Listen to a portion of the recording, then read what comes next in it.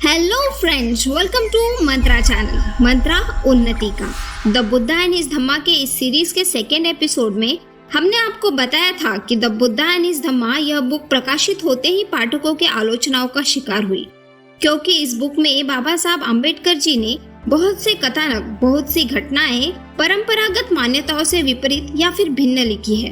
इसमें सबसे पहले आलोचकों के निशाने पर था सिद्धार्थ के प्रव्रजा अथवा अभिनिष्क्रमण का कथानक। परंपरागत मान्यता है कि सिद्धार्थ एक बूढ़े, एक रोगी, एक साधु और एक मृत को देखकर प्रवजित हुए थे।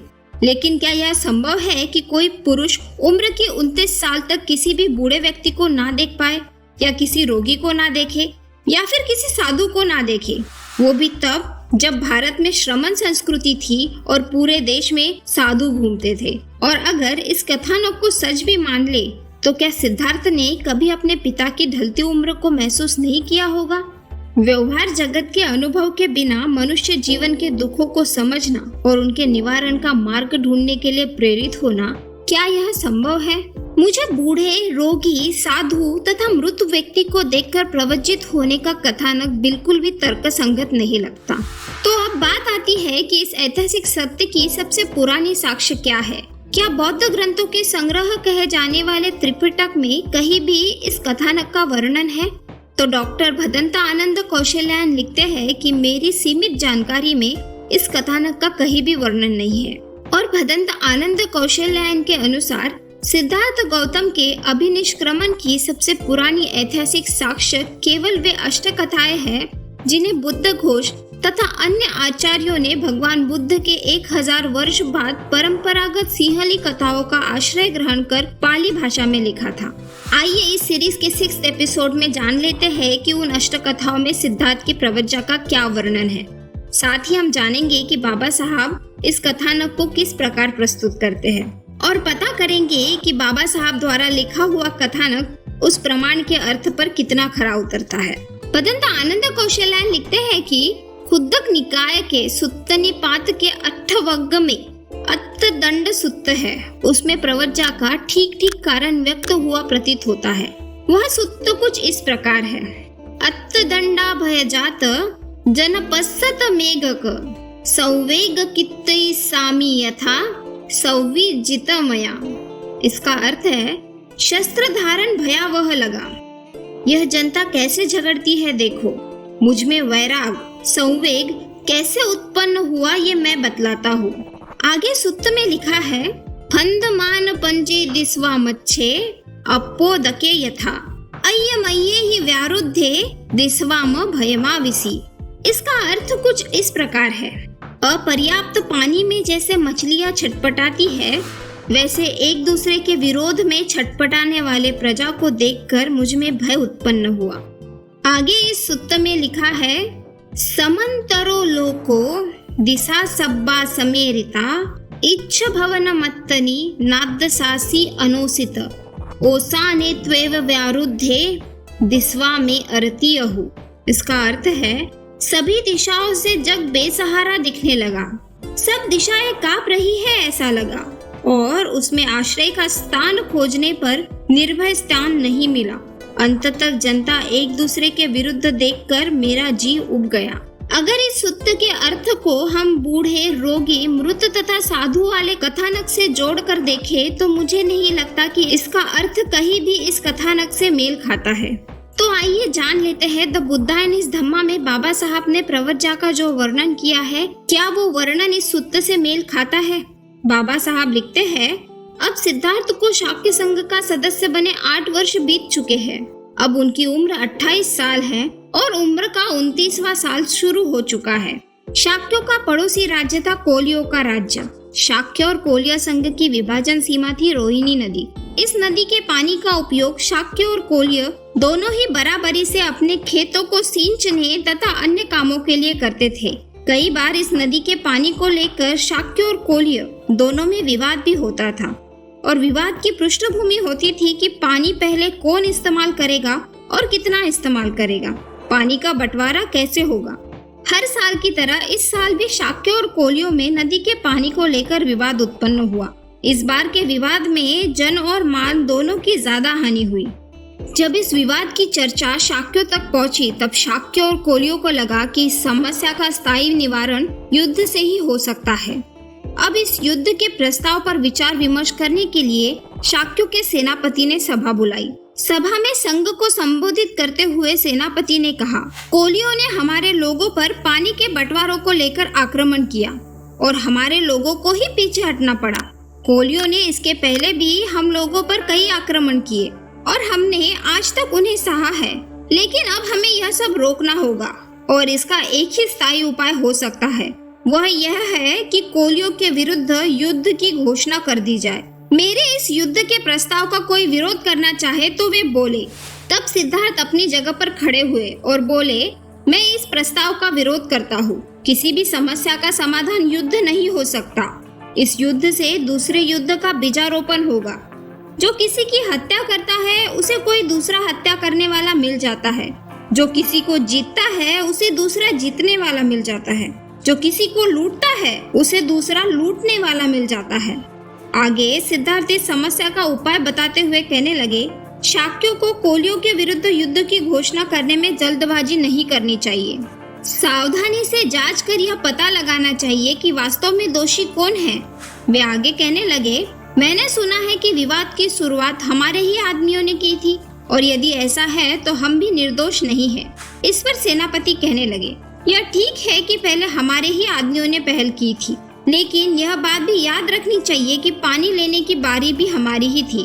तो सिद्धार्थ कहने लगे, इससे यह स्पष्ट होता है कि हम पूरी तरह से निर्दोष नहीं हैं। तो मेरा सुझाव है कि शाक्यों के तरफ से 2 प्रतिनिधि और कोलियों के तरफ से 2 प्रतिनिधि चुने जाए और ये चारों मिलकर कोई एक प्रतिनिधि चुने और अब ये 5 मिलकर समस्या का समाधान ढूंढे और इस झगड़े को निपटाने का उपाय सोचे।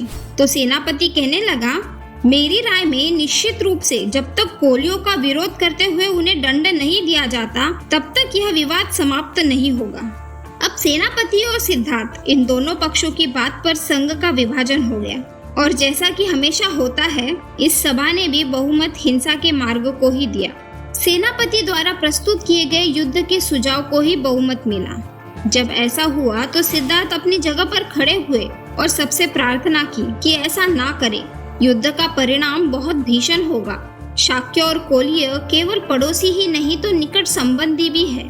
परस्पर एक दूसरे का नाश करने में कोई बुद्धिमानी नहीं।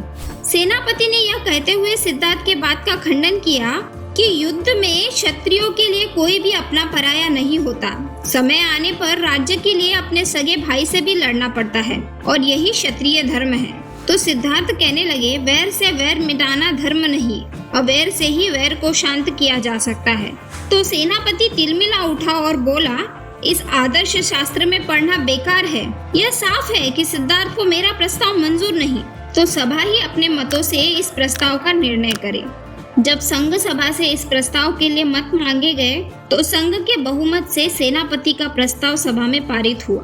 अब जब युद्ध की घोषणा के लिए संघ की मंजूरी मिल गई थी तो सैनिक भर्ती के प्रस्ताव पर विचार करने के लिए सेनापति ने दूसरे दिन भी सभा बुलाई। सेनापति ने सभा के समक्ष प्रस्ताव रखा कि सभी शाक्यों में 20 वर्ष से लेके 50 वर्ष की आयु तक के शाक्यों को सेना में भर्ती होना अनिवार्य कर दिया जाए। आज सभा में दोनों पक्ष उपस्थित थे, वे भी जो कल सेनापति के पक्ष में थे और वे भी जो सिद्धार्थ के पक्ष में थे। आज सेनापति के समर्थन में वे लोग तो स्वाभिमान से खड़े थे ही जो कल सेनापति के साथ खड़े थे, लेकिन वे भी लोग थे जो कल सिद्धार्थ के पक्ष में थे, क्योंकि वे सभी जानते थे कि सेनापति और संघ के विरुद्ध जाना कितना हानिकारक हो सकता है। इसलिए उनमें से किसी में भी ये साहस नहीं था कि वे सेनापति का विरोध करें। लेकिन इस विरोध का परिणाम जानते हुए भी सिद्धार्थ आज भी अपने निर्णय पर अटल रहे।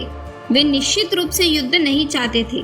सिद्धार्थ कहने लगे, जो आप चाहे कर सकते हैं, आपके पास बहुमत है, लेकिन मैं इस अनिवार्य सैनिक भर्ती का विरोध करने के लिए खेद व्यक्त करता हूँ। मैं सेना में भर्ती नहीं होऊंगा और ना ही युद्ध में भाग लूंगा।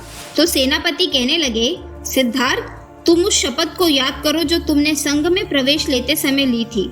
अगर तुम दिए गए वचनों में से एक भी वचन का पालन नहीं करोगे तो तुम संघ के निंदा का पात्र बनोगे।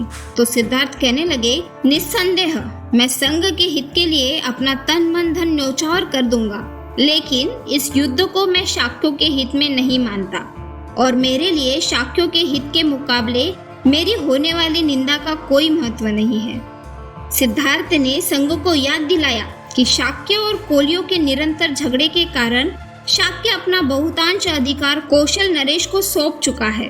कौशल नरेश ने किस प्रकार शाक्यों की सीमा लांघकर उनके अधिकार छीन लिए, इसका संक्षिप्त विवरण इस सीरीज के 3rd एपिसोड में आप देख सकते हैं। लिंक आपको आई बटन पर मिल जाएगा। सिद्धार्थ आगे कहने लगे, यह युद्ध शाक्यों को दुर्बल कर देगा और इससे कौशल नरेश को एक और अवसर मिल जाएगा कि वो संघ की स्वतंत्रता और भी कम कर दे।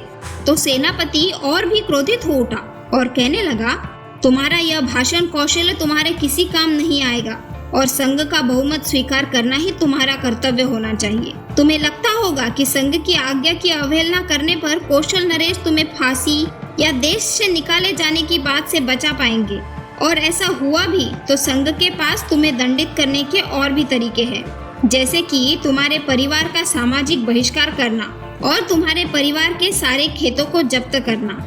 ऐसा करने से कौशल नरेश भी हमें नहीं रोक पाएंगे। अब सिद्धार्थ समझ चुके थे कि इस विरोध का परिणाम उनके परिवार का भारी नुकसान कर सकता है।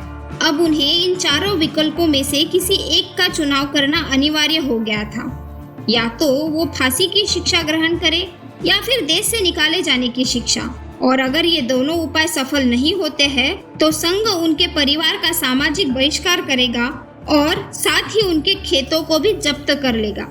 अब इस परिस्थिति को समझबूझकर सिद्धार्थ ने संघ के सामने प्रस्ताव रखा। वे कहने लगे, कृपया आप मेरे परिवार को बहिष्कृत ना करें, या तो आप मुझे फांसी दे दें या फिर देश से निकाले जाने का दंड।